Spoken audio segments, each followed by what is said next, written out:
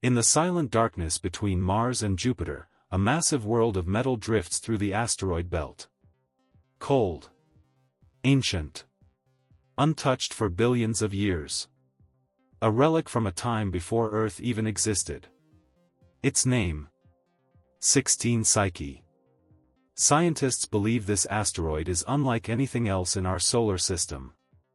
It's made not of rock or ice, but of metal, iron, nickel, and precious materials worth more than the entire global economy. Its estimated value? $10,000 quadrillion. That's 10,000 quadrillion. More wealth than all the money on Earth, by an unimaginable margin.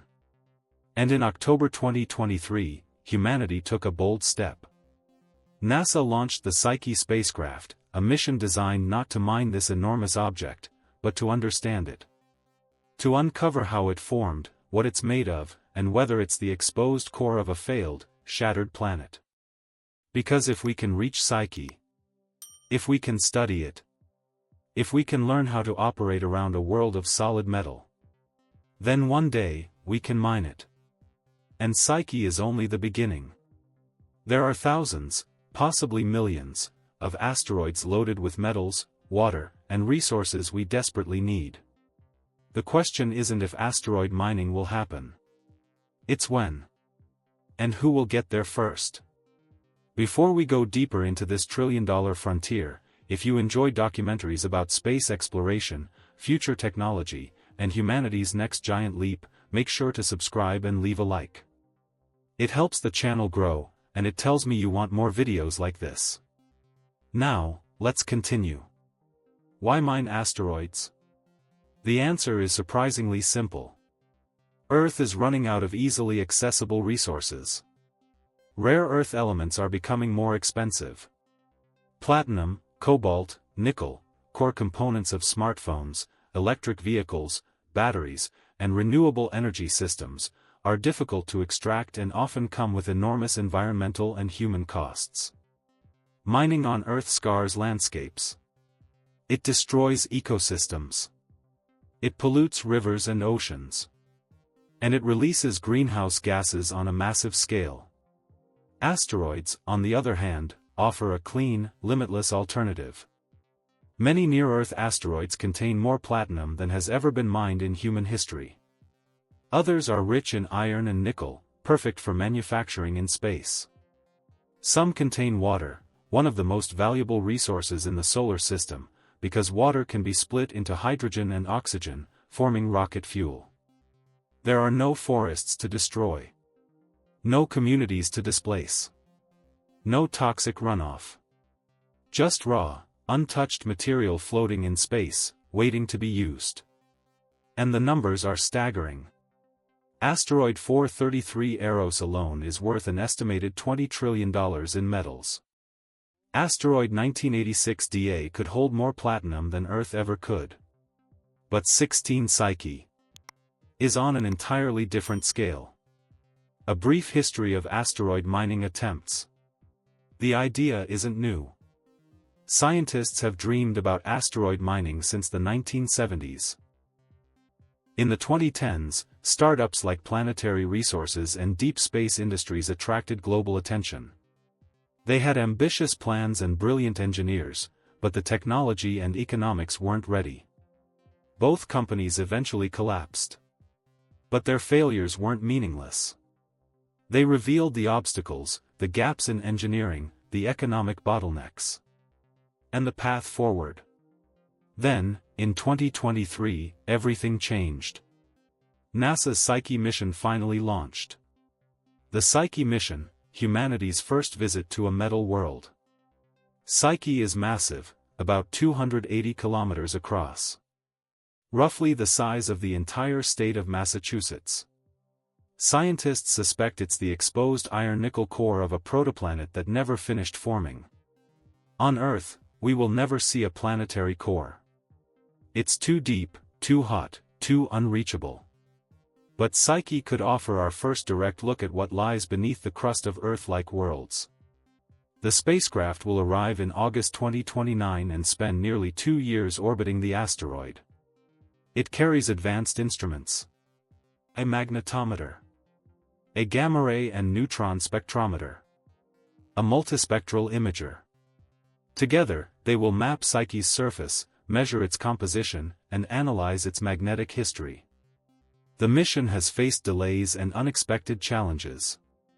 A software issue pushed the launch from 2022 to 2023. And in 2025, a drop in xenon pressure forced engineers to switch to backup fuel lines. But today, Psyche is healthy, stable, and heading toward one of the most valuable objects in the solar system. Which asteroids will we mine first? The answer depends on what we need. Near-Earth asteroids. These are the easiest to reach. Travel times are short, sometimes just months. Bennu, visited by OSIRIS-RX, contains water and organic compounds. Ryugu, visited by Japan's Hayabusa 2 mission, also holds significant water. These water-rich asteroids are ideal for producing rocket fuel in space. Large metal asteroids. Eros. 1986 DA. These are packed with metals we could use to build habitats, spacecraft, and orbital factories. Beyond Mars, in the asteroid belt, lie the true titans. Psyche. Ceres. Vesta. These massive bodies hold unimaginable quantities of metal and water, but they require years to reach. How do you actually mine an asteroid? Scientists are exploring several methods. 1. Surface mining. Landing, drilling, scooping. Simple in theory, challenging in low gravity. 2. Magnetic rakes. Hovering above a metal-rich asteroid and sweeping up particles with powerful magnets. 3. Optical mining. Using concentrated sunlight to heat, melt, or vaporize material, no direct landing required. 4. Asteroid capture. Bringing a small asteroid into lunar orbit for easier processing. 5. In-space refining, ISRU. Instead of transporting raw or back to Earth, materials are refined in space. Only the valuable portion is returned. The business of asteroid mining. There are 4 major economic phases ahead. Phase 1. Water, the new oil of space. Water becomes rocket fuel.